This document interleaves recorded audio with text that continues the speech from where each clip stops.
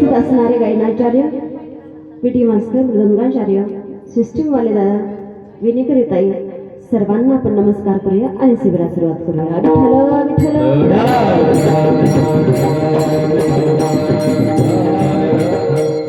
शिबिराला सुरुवात करण्याआधी थोडासा परिहार द्यायचा तो असा की ज्या निमित्तानं तुम्ही आम्ही जमलोय का ते निमित्त आहे पुण्यस्मरण. काय निमित्त आहे तर पुण्यस्मरण सगळ्यांना माहिती आहे. ह्या लेकराला जाऊन आज 1 वर्ष झाले आहे. खरं सांगू तसं पाहिलं गेलं तर आमच्या सारख्यांना हे पाहवत नाही. हे दृश्य ना हे आमच्या सारख्यांना पाहवत नाही. माझ्या गावात अशा घटना घडाव्या.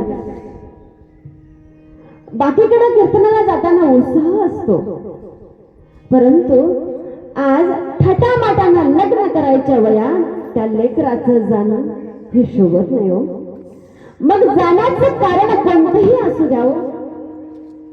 आज आपल्या जीवाला एवढ्या वेदना होतात ना, मला सांगा त्या आईच्या जीवाला काय वेदना होत असतील, त्या बापाच्या जीवाला काय वेदना होत असतील. अरे मामाला लिंबू धरायच्या वयात आज लेकराचं सगळं करायला लागतं.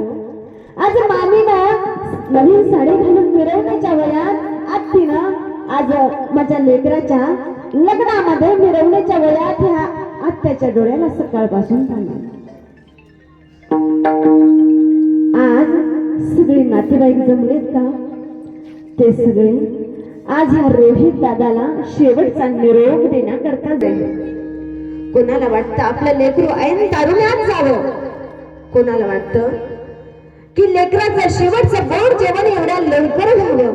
बघा ना देवानं किती उलट केले.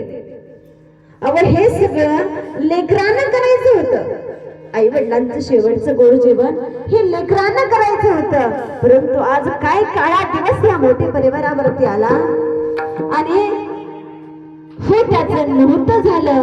लेकराचं आयुष्य सुखाने भरणार त्या काळामध्ये देवानं असा दिवस काळा दाखवला आणि आईला आयुष्यभराचं रडणं सोडून गेला, बापाला आयुष्यभराचं दुःख देऊन गेला.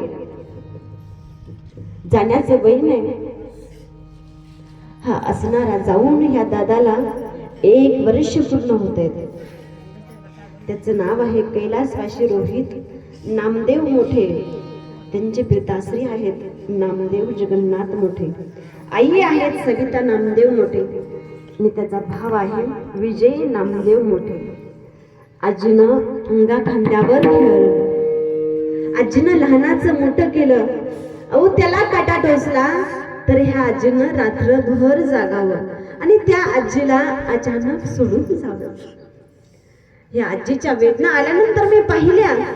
आजी रडत होती, म्हणत होती साधं काटा जरी टोचला ना रात्रभर झोपत नव्हता. ह्या आजीला आज काय वाटत नसेल. अहो त्यांच्या डोळ्याच्या समोर त्या नातवानं जावं, त्या लेकरानं जावं. तुम्हाला वाईट वाटतं यात नवल नाही हो. आमच्या सारख्यांना सुद्धा वाईट वाटण्यासारखीची गोष्ट आहे. त्यांचे चुलते आहेत, चुलते